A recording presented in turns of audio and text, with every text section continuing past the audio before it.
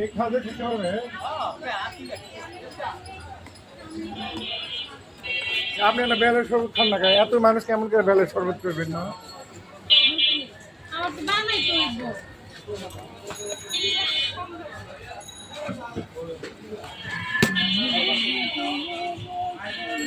এটা কি কি আছে এর মধ্যে এখানে?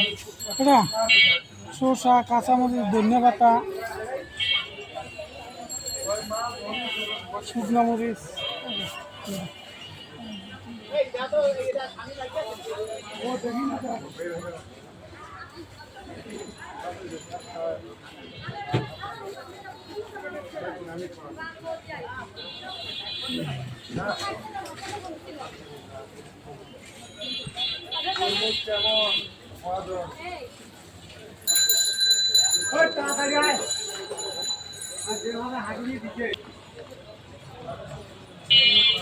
এটা কি শুদ্ধ?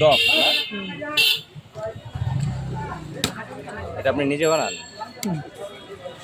টকটা নিজে গুনে নিজে সেখানে এই দিকে কিনা মশলা নিজে সব বাজার কিনে এনে এবারে আমি এবারে বানাই।